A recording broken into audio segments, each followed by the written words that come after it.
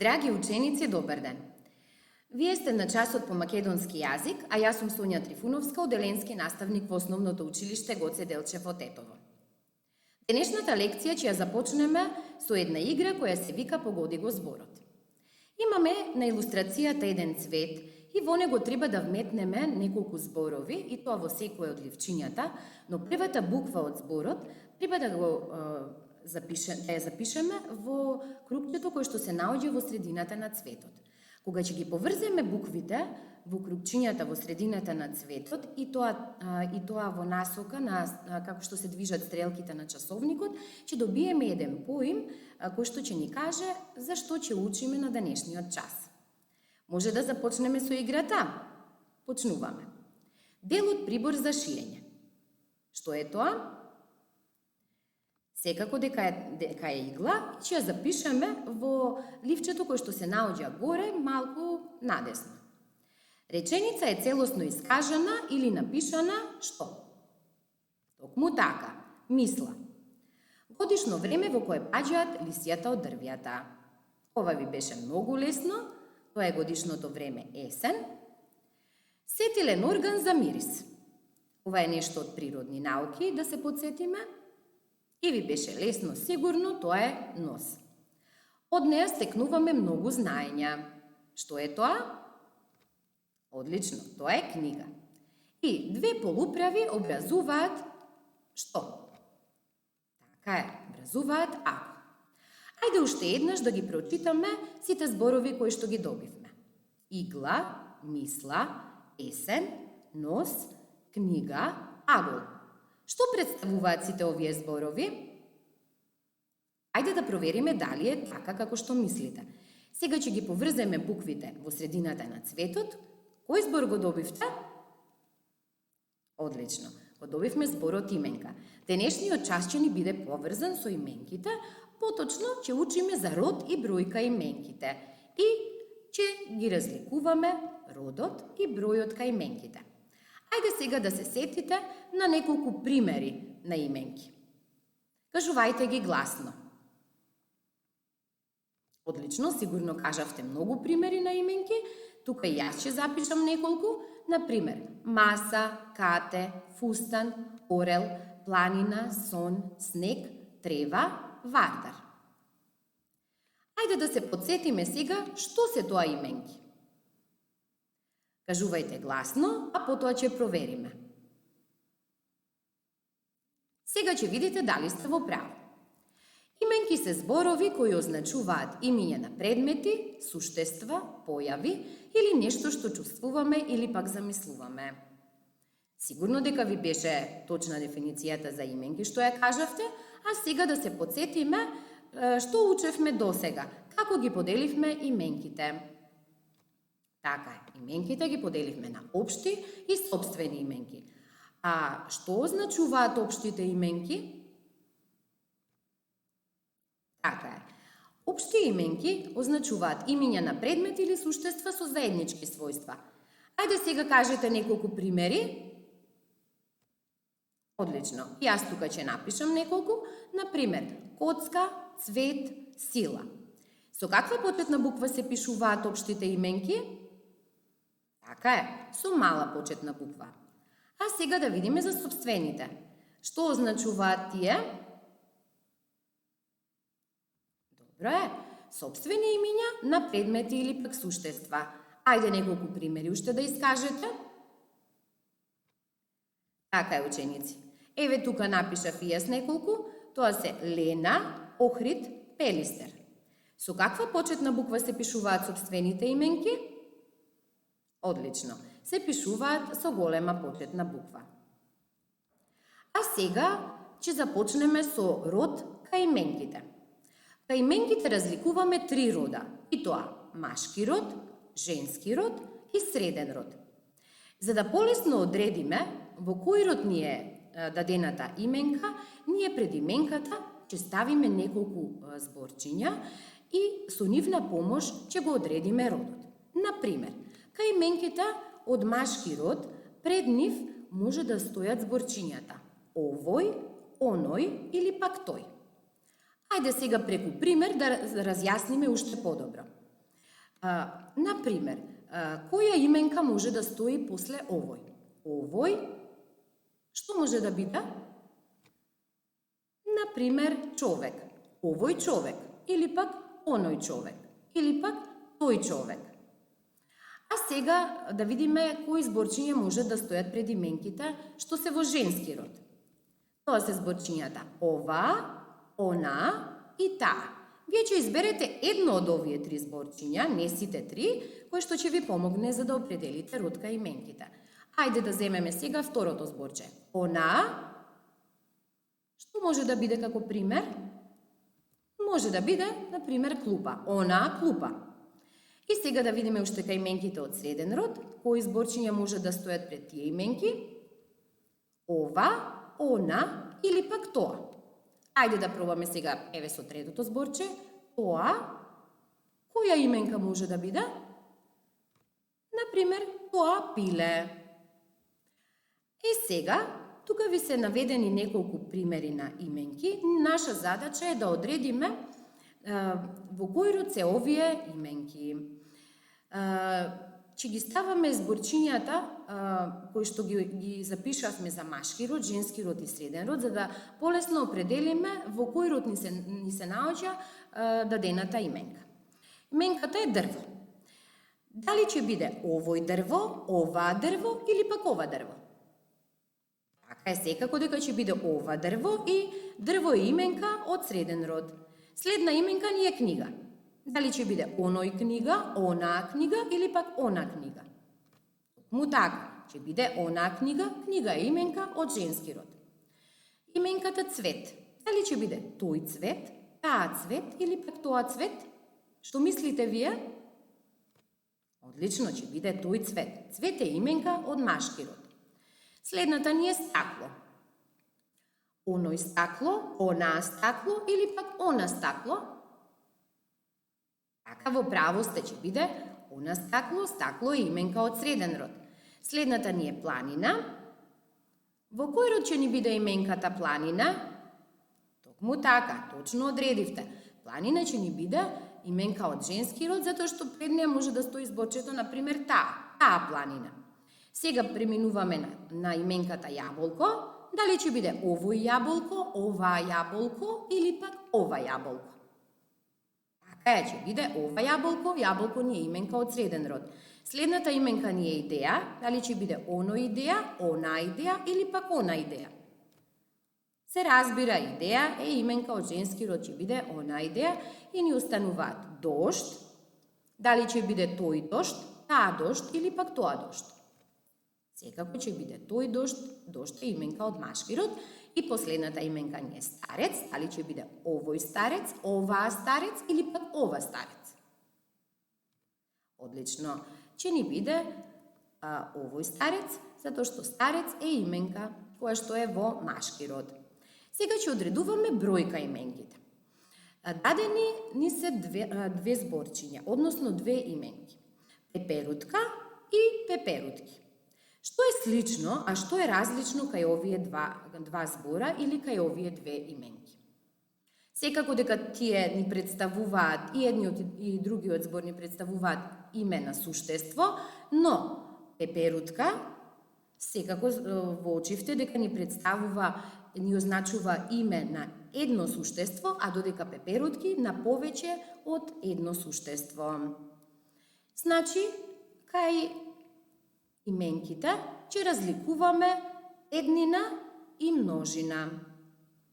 Пеперутка, гледаме од илустрацијата дека е една и ќе ни означува именка во еднина, додека според илустрациите над именката пеперутки гледаме дека се повеќе и пеперутки ќе ни означува именка која што е во множина.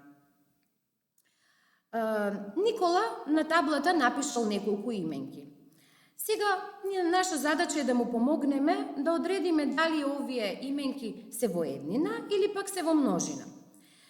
Можеме да си помогнеме и на тој начин што пред именките можеме да ставиме некои зборчиња кои што ќе ни ја олеснат задачата. Например, ако ставиме еден, една или едно и ни одговара пред таа именка, значи дека таа ќе биде во еднина. А доколку ни одговара зборчето да го ставиме повеќе или пак многу, ќе ни биде именката секако во множина. Ајде да се обидеме преку пример ова да го направиме, да ни биде поразјаснето. Првата именка ни е автомобили. Дали ќе ставиме еден автомобили, дали одговара зборчето еден или пак повеќе автомобили? Секако дека ни одговара повеќе автомобили, затоа што ова именка е во множина. Следната ни е ливада, ќе биде една ливада или пак повеќе ливада. Така е, ќе биде една ливада, ливада е именка во еднина. Соништа, дали оваа именка е во еднина или пак во множина?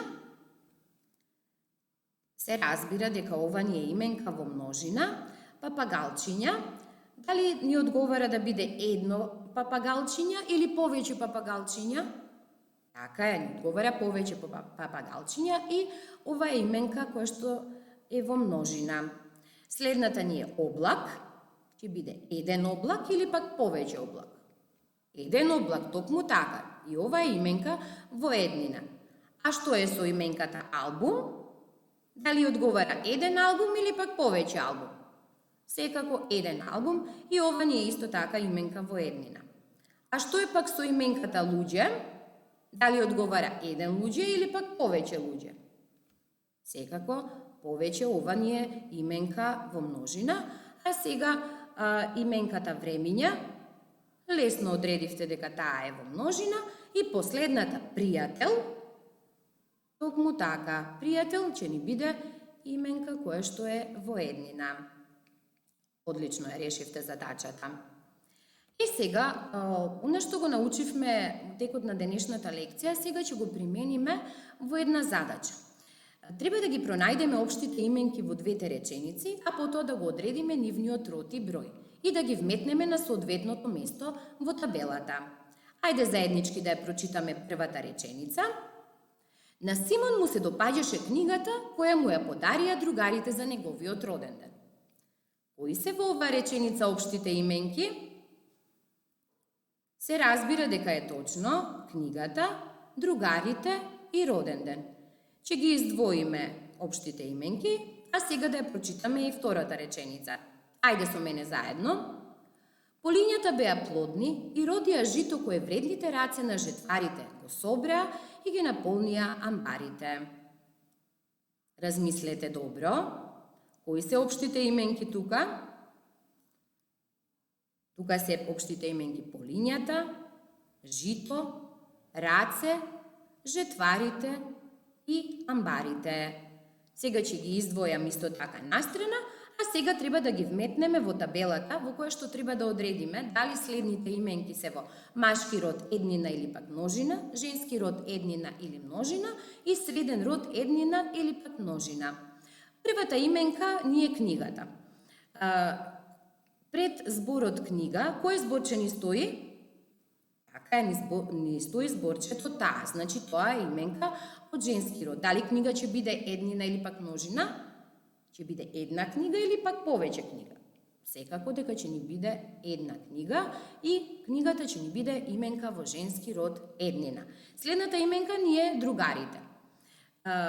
Другарите, дали ни представува именка која што во еднина или пак во множина? Точно одредивте, таа ни е во множина. Сега за да одредиме род, треба именката да ја ставиме во еднина. Како ќе биде формата за еднина од другари?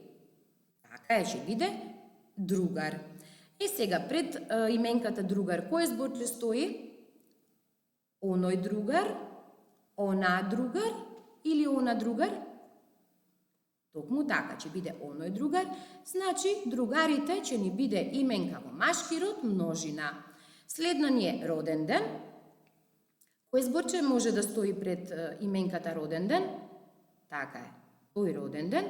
И дали ќе ни биде во еднина или пак во множина? Се разбира во еднина. Ова именка ни е во машки род еднина. Следната именка ни е полињата. Дали таа ќе биде во еднина или пак во множина?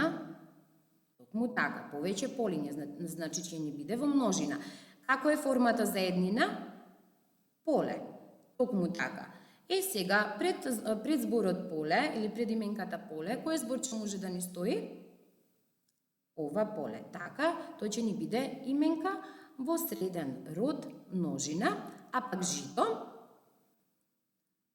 токму така, жито ќе ни биде исто така во среден род, затоа што ќе кажеме тоа жито, дали е во еднина или пак во множина, ќе биде во еднина. Среден род, еднина е жито. А пак за именката раце, дали е раце во еднина или пак во множина, тоа лесно одредивте дека е во множина, а како е формата од еднина? Така е, формата за еднина е рака, а пред рака кој збор може да стои? Така е, таа рака, затоа ќе ни биде рака, раце, женски род и тоа множина. Ни останаа уште две именки и тоа жетварите и амбарите. Да одредиме во кој број се наоѓаат овие две именки, дали се во еднина или пак во множина.